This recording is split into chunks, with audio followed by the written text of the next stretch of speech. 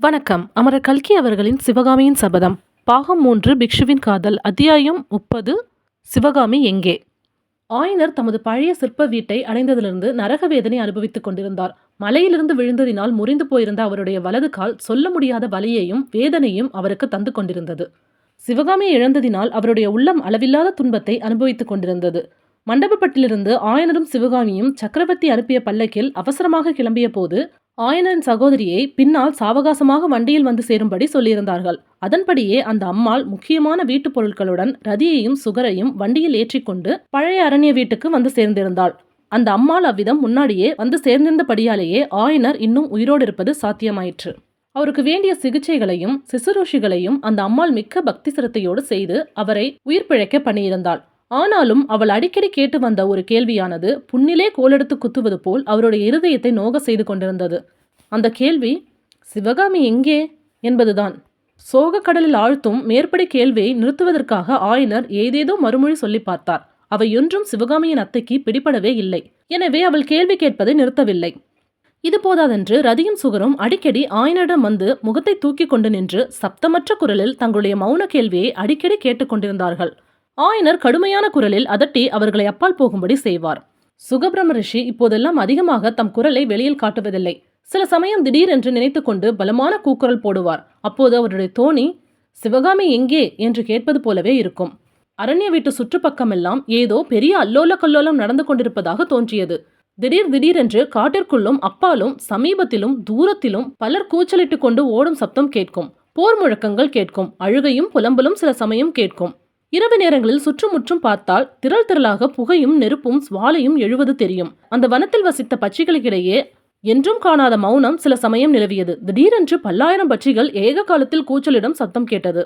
ஒரு நாள் அந்த அரண்யத்துக்கு வெகு சமீபத்தில் எங்கேயோ ஒரு பெருஞ்சண்டை நடக்கிறது என்பதற்கு அறிகுறிகள் தெரிந்தன. போர் முரசங்களின் பேரொலியும் போர் வீரர்களின் ஜெயகோஷமும் குதிரைகளும் மனிதர்களும் நடமாடும் சத்தமும் ஆயுதங்கள் மோதும் ஓசையும் இடைவிடாமல் கேட்டுக்கொண்டிருந்தன. சாயங்காலம் திடீரென்று 5-6 வீரர்கள் மேலெல்லாம் இரத்த காயங்களுடன் தண்ணீர் தண்ணீர் என்று கூவிக்கொண்டு ஆயனர் வீட்டுக்குள் நுழைந்தார்கள். அவர்கள் பல்ல வீரர்கள் தான் என்று தெரிந்து கொண்டதும் ஆயனர் தாம் படுத்திருந்த இடத்திலிருந்தே அவர்களை வரவேற்று தம் அருகில் உட்கார சொல்லி சகோதரியை கொண்டு அவர்களுக்கு தண்ணீர் கொடுக்க செய்தார். பிறகு அவர்கள் எங்கே எப்படி காயமடைந்தனர் என்பது பற்றி விசாரித்தார். இதென்ன, உங்களுக்கு ஒன்றுமே தெரியாதா என்று அவ்வீரர்கள் வியப்புடன் கேட்டனர். ஆயனர் அவர்களுக்கு தமது முறிந்த காலை சுட்டி காட்டினார். வந்த வீரர்கள் அந்த காலையும் சுற்றுமுற்றும் உடைந்து கிடந்த சிலைகளையும் பார்த்துவிட்டு, ஐயோ, சலுக்க ராட்சதர்கள் இந்த வீட்டுக்குள்ளும் புகுந்து இப்படியெல்லாம் அக்கிரமங்கள் செய்து விட்டார்களா என்று வருத்தப்படுவார்கள். பிறகு அந்த வீரர்கள் ஒருவன் புலிகேசி காஞ்சியை விட்டு போனதிலிருந்து அன்று மணிமங்கலத்துக்கு அருகில் நடந்த பயங்கரமான சண்டை வரையில் எல்லாம் விவரமாக சொன்னான். அவன் கூறியதின் சாராம்சமாவது, புலிகேசி கோட்டையிலிருந்து வெளியேறியதும் தன்னுடைய சைனியத்தை சிறு சிறு படைகளாக பிரித்து பல்லவ நாட்டு கிராமங்களை கொளுத்தவும் ஜனங்களை இம்சிக்கவும் சிற்பங்களை நாசமாக்கவும் சிற்பிகளை அங்கஹீனம் செய்யவும் கட்டளையிட்டு அனுப்பினார்.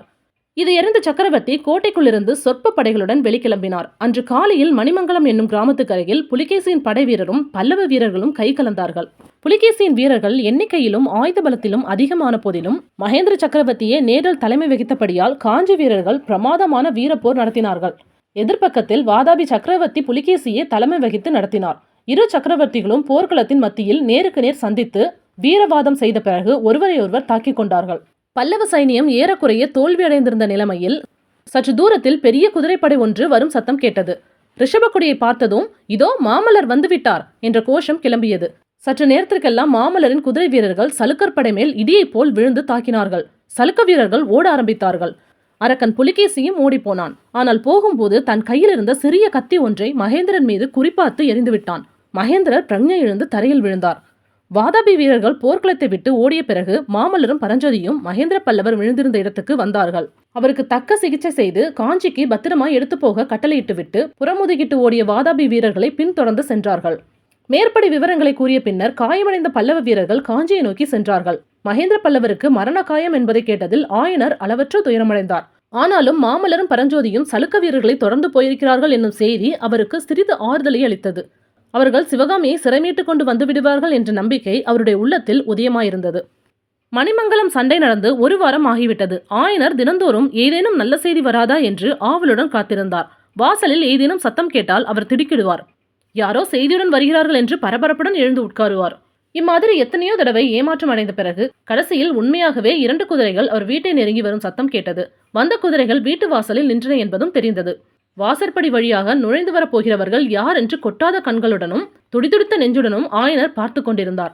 அவருடைய ஆசை வீண் போகவில்லை. ஆம், மாமல்லரும் பரஞ்சோதியும் தான் உள்ளே வந்தார்கள். அவர்களை பார்த்ததும் முதலிலே ஆயனருடைய முகத்தில் மகிழ்ச்சிகளை படர்ந்தது. ஆனால் அவர்கள் நெருங்கி வர வர மகிழ்ச்சி குன்றியது. மாமல்லரின் முகத்தில் தோன்றிய கேள்விக்குறியானது ஆயனுடைய உள்ளத்தில் சகிக்க முடியாத வேதனையை உண்டாக்கிற்று. மாமல்லர் வாய் திறந்து கேட்பதற்கு முன்னால் அவர் கேட்கப் போகும் கேள்வியை தாமே கேட்டுவிட தீர்மானித்தார் ஆயனர். அந்த சிற்ப மண்டபமும் வெளியிலிருந்த அரண்யமும் பிரதித்வனி செய்யும்படியான சோகம் நிறைந்த குரலில், பிரபு, என் சிவகாமி எங்கே என்று அலறினார். ஹாய் ஃப்ரெண்ட்ஸ், உங்களுக்கு இந்த கதை பிடிச்சுன்னா லைக் பண்ணுங்கள், ஷேர் பண்ணுங்கள், மறக்காமல் சப்ஸ்கிரைப் பண்ணுங்கள். தேங்க்யூ.